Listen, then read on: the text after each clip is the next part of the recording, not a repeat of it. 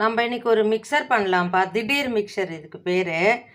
என்னென்னா அந்த அவல் பொரி இருக்குது பாருங்கள். கார்த்திகை தீபத்தும் போது இந்த பொரி கிடைக்கும். மற்ற நேரத்தில் இங்கே கிடைக்கவே கிடைக்காது. இந்த பொரி வாங்கிட்டு நம்ம பொரி உருண்டை நேற்று பண்ணி போட்டேன் நான்.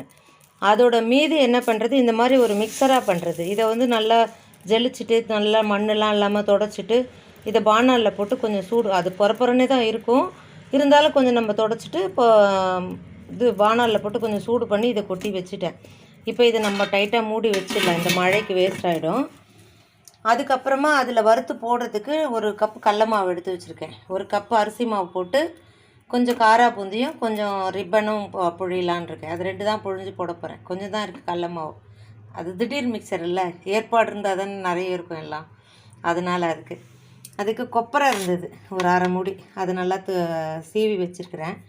அதனால் நிறைய பொருள் இல்லாததுனால வீட்டில் இருந்ததை வச்சு ஒரு கப்பு திராட்சை எடுத்து வச்சுருக்கேன். கொஞ்சம் ஜவ்வரிசி, மாவு ஜவ்வரிசி, அப்புறம் ஒரு கப்பு வேர்க்கடலை, கொஞ்சோண்டு பாதாம். இது எல்லாத்தையும் தனித்தனியாக எண்ணெயில் போட்டு வறுத்து அப்புறம் நம்ம எப்படி பண்ணலான்னு காமிக்கிறேன். வாங்க வறுத்துட்டு உங்களுக்கு காமிக்கிறேன். இந்த பாருங்கள், ரிப்பன் பக்கோடாவுக்கு மாவு பிசைஞ்சிருக்கேன் பாருங்கள். இந்த கையிலே ஒட்டலை பாருங்கப்பா. 1.5 பங்கு அரிசி மாவு, 1 பங்கு கடல மாவு போட்டேன். மாவு கடல கம்மியாக இருக்குன்ட்டு. இன்னும் ரொம்ப சூப்பராக கரகரப்பாக இருக்குதுப்பா. பெருங்காயம், தனி மிளகாத்தூள், உப்பு, இந்த காய்கறி எண்ணெயிலே ஒரு கரண்டி மொண்டு ஊற்றி பிசைஞ்சேன். அவ்வளோ சூப்பராக இருக்குதுப்பா. இதை நம்ம இப்போ உடச்சி அந்த டப்பாவில் போட்டுடலாம். அதுக்கப்புறம் காரா பூந்தி காமிக்கிறேன் பாருங்கள். இப்போ அதே கிண்ணத்தில் 1 கப்பு கடலை மாவு போட்டிருக்கேன், 2 ஸ்பூனு தனி மிளகாத்தூள், பெருங்காயம் கொஞ்சம் போட்டுட்டேன்ப்பா. ஒரு டப்பா கடலை மாவுனா 1/2 டப்பா அரிசி மாவு போடுறேன். போட்டுட்டு கொஞ்சம் ஆப்ப சோடா போட்டு இதை கரைச்சி நம்ம இப்போ காரா பூந்தி ஊற்ற போகிறோம். பார்க்கலாம், ஊற்றும்போது காமிக்கிறேன் வாங்க. இங்கே பாருங்கள், வேர்க்கடலை, உடச்ச கடலை, அப்புறமா வந்து தேங்காய், காஞ்ச திராட்சை எல்லாம் வறுத்துட்டேன் பாருங்க. எண்ணெயில் போட்டு பாதாம் எல்லாம் எண்ணெயில் போட்டு வறுத்தேன். இந்த மிக்சருக்கு ஒரு தொல்லைப்பா. நீங்கள் மிக்சர் போட்டிங்கன்னா அந்த எண்ணெயை நீங்கள் எதுக்குமே யூஸ் பண்ண முடியாது. அப்படியே தூக்கி கீழே ஊற்றிட்டு தான் கழுவணும். அவ்வளோ கருப்பாகிடும் அப்படியே மிக்சர் அந்த எண்ணெய். அதுக்கப்புறம் இது வந்து இந்த பொரியில் வந்து உப்பு கிடையாதுப்பா அதில். அதனால் நான் இதுக்கு வந்து இந்த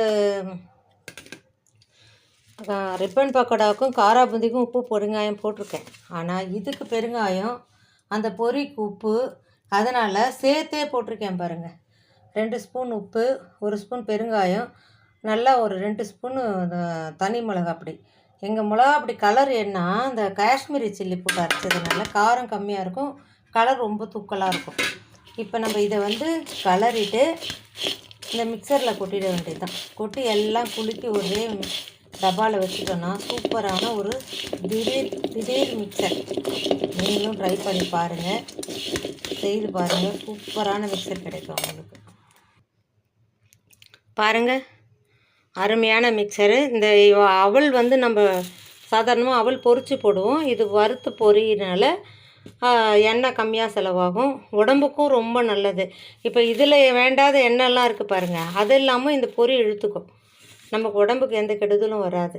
சூப்பரான திடீர் மிக்சரு. நீங்களும் செய்து பாருங்கள், சாப்பிட்டு பாருங்கள், சூப்பராக இருக்கும். வாழ்க வளமுடன்.